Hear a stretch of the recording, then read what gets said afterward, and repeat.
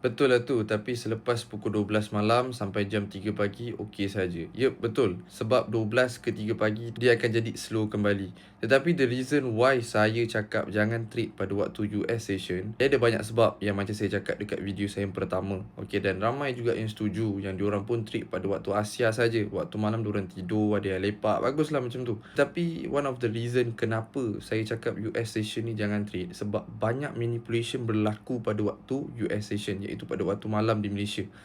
Sebab jarang kita tengok waktu Asia berlaku manipulation. So guys, kepada sesiapa, ini hari weekend, Sabtu dan Ahad. So kepada sesiapa yang nak dapatkan sistem untuk korang nak trade dekat market commodities, iaitu market gold, korang boleh PM saya, link ada dekat bio. Kalau korang follow direction gold yang betul, korang akan untung lagi cepat. Tetapi kalau korang salah direction pun, korang boleh untung, dan ada SOP dan sistem dia yang saya sendiri bagi.